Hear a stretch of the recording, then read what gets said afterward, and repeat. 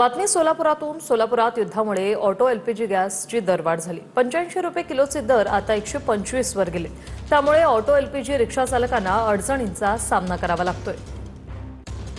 आपण आता आहोत एसटी स्टँड परिसरातील या ऑटो एलपीजी पंपावरती आणि या ठिकाणी आपण पाहतोय तब्बल 1.5 महिन्यांनंतर आता एलपीजी गॅस जो आहे जो रिक्षामध्ये भरला जातो तो आता 1.5 महिन्यांनंतर सुरू झाल्याचं चित्र आपल्याला पाहायला मिळतोय। त्यामुळे रिक्षा चालक जो आहे तो एकीकडे सुखावलेला आहे।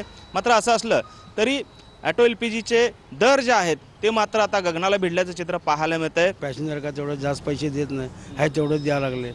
मग कसं चालवायचं, रिक्षा धंदा करायचं किंवा का नाही करायचं असं काय हा याचा भाव वाढलेला गगनाला भिडलेला भाव व्हायला मग कसं काय माणूस खाणार कसं, परपंच चालवणार कसं? ते गॅस पंप चालक आहेत, काय परिस्थिती आहे आज?